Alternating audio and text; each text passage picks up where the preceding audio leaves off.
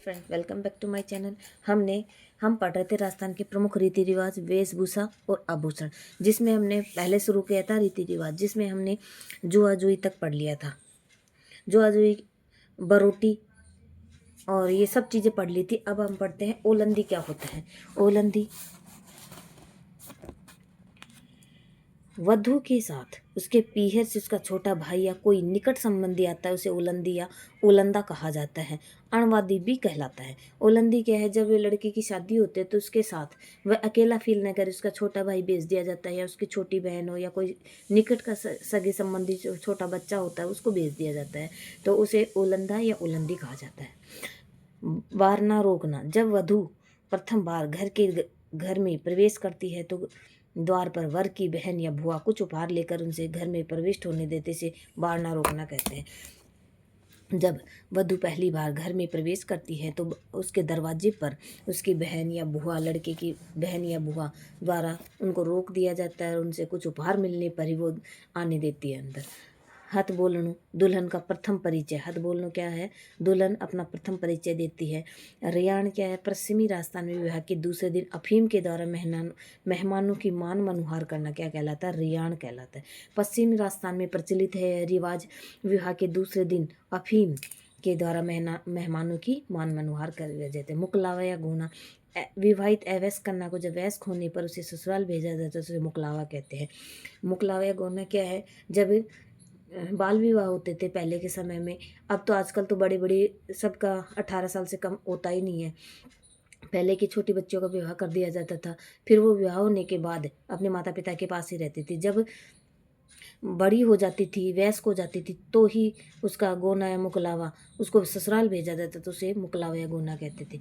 और बढ़ार क्या है? विवाह के समय अवसर पर वधू के सम्मान में वर पक्ष की तरफ से विवाह के दूसरे दिन दिया जाने वाला सामूहिक प्रतिभोज।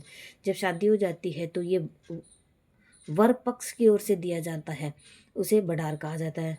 बैकुंठी क्या होती है? मृत्यु हो जाने पर शमशान घाट में लकड़ी की सैया पर मृत व्यक्ति को ले जाया जाता है, जिसे बैकुंठी कहा जाता है। अग्नि की आहुति सबसे बड़ा बेटा अथवा निकट के भाई के द्वारा दी जाती है, जिसे लांपा कहते हैं। मुखाग्नि दी जाती है, जिसे लापा कहा जाता है। और बैकुंठी जिस पर मृत्यु जो बनाई जाती है सैया, उसे बैकुंठी कहा जाता है। बखेर क्या होता है? किसी संपन्न व्यक्ति की मृत्यु हो जाने पर उसकी बैकुंठी ले जाते समय रास्ते में सब यात्रा में समय कोड़ियाँ, रुपये, पैसे आदि लुटाए जाते हैं, उछाले जाते हैं। इस रस्म को बखेर कहा जाता है। आदेता क्या है? घर और शमशान तक की यात्रा के बीच में चौराहे पर बैकुंठी की दिशा परिवर्तित किया जाता है। यह क्रिया आदेता या आघेरा कहलाती है।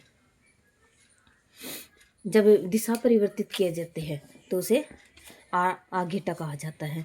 और भद्दर क्या है? दाह संस्कार के बाद, दाह संस्कार के समय मरे हुए व्यक्ति के पुत्रों या संबंधियों के द्वारा बाल देना भद्दर कहलाता है। जब दाह संस्कार करके आते हैं तो उसके भाई है, उसके पुत्र हैं, पोते हैं, उनके द्वारा बाल कटवाए जाते हैं, तो इसे भद्दर कहा जाता है। कपाल क्रिया क्या है? उत्तराधिकारी के द्वारा दाह संस्कार के समय शव के कपाल को फोड़कर उसमें घी डालने की प्रक्रिया कपाल क्रिया कहलाती है। और सांतरवाड़ा क्या है? अंतिम संस्कार होने के उपरांत अंत्येष्टि में गए व्यक्ति स्नान आदि कर मृत व्यक्ति के घर जाते हैं। आगंतुक व्यक्ति उसे परिवार के लोगों को धैर्य बंधाकर सांत्वना देते हैं। इन सभी रस्मों को सांतरवाड़ा कहा जाता है। जब अंतिम संस्कार कर दिया जाता है और अंत्येष्टि में गए व्यक्ति जब मृत व्यक्ति के परिवारजनों के पास जाकर उनको सांत्वना देते हैं, धैर्य बनाते हैं, इन रस्मों को सांतरवाड़ा कहा जाता है। फूल चुनना क्या है? जब दाह संस्कार के तीसरे दिन मृतक के संबंधी शमशान जाकर उसके दांत व हड्डियां एकत्रित कर कुल्हड़ में लाते हैं, फिर इनको गंगा जी में या बहाया जाता है। इसको फूल पहले तो ये चुन के लाते हैं तो उसे फूल चुनना कहते हैं। तीय मृत्यु के तीसरे दिन की बैठक की जाती है, जब मित्रगण परिवार के लोग रिश्तेदार आकर सांत्वना देते हैं। पगड़ी के मृत व्यक्ति के बड़े पुत्र या पुत्री को उसे उसके उत्तराधिकारी के रूप में पगड़ी बांधी जाती है।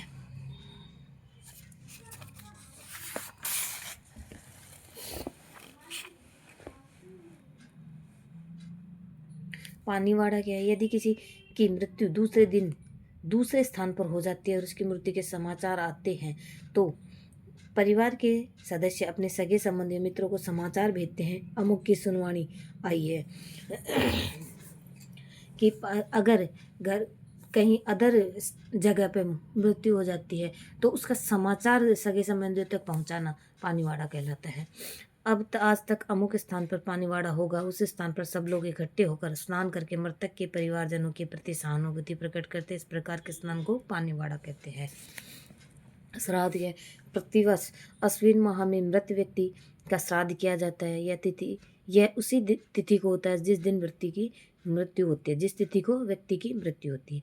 मौसर क्या है, मृत्यु के 11वें 12वें 13वें दिन मृतक के परिवारजन अपनी जाति के लोगों तथा संबंधियों को भोजन करवाते हैं, जिसे नुक्ता या मौसर कहा जाता है।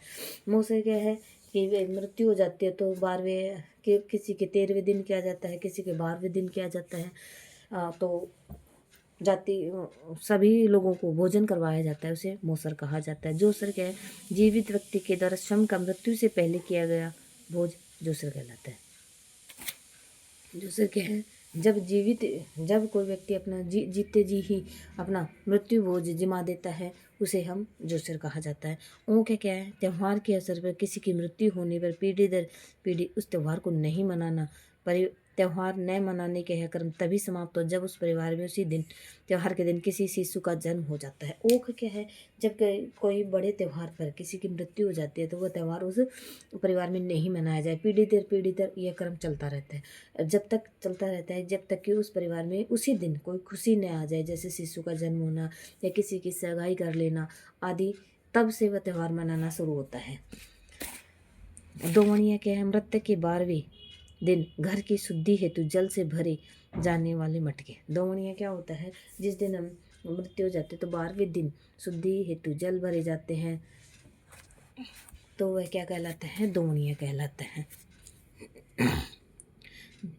नांगल क्या, नवनिर्मित गृह के उद्घाटन की रस्म नांगल कहलाते हैं। नांगल क्या होता है, जब हम नया घर बनवाते हैं तो उसके उद्घाटन में उसमें प्रवेश करने हेतु जो रिश्तेदारों को भोज कराया जाता है, मंगल गीत गाए जाते हैं, वह नांगल कहलाता है।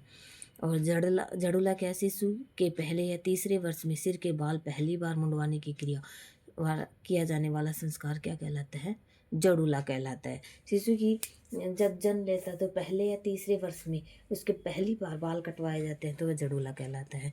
जनेऊ प्रथा क्या, ब्राह्मण जाति के बच्चों के जनेऊ डालने की प्रथा होती है। जनेऊ सूत के 3 धागों की होती है, इसमें 3 गांठें लगी होती है। बच्चे की आयु जब 10 वर्ष की हो जाती है तब उसके लिए जनेऊ का होना आवश्यक मान लिया जाता है। इसे यज्ञोपवीत नाम से भी पुकारा जाता है।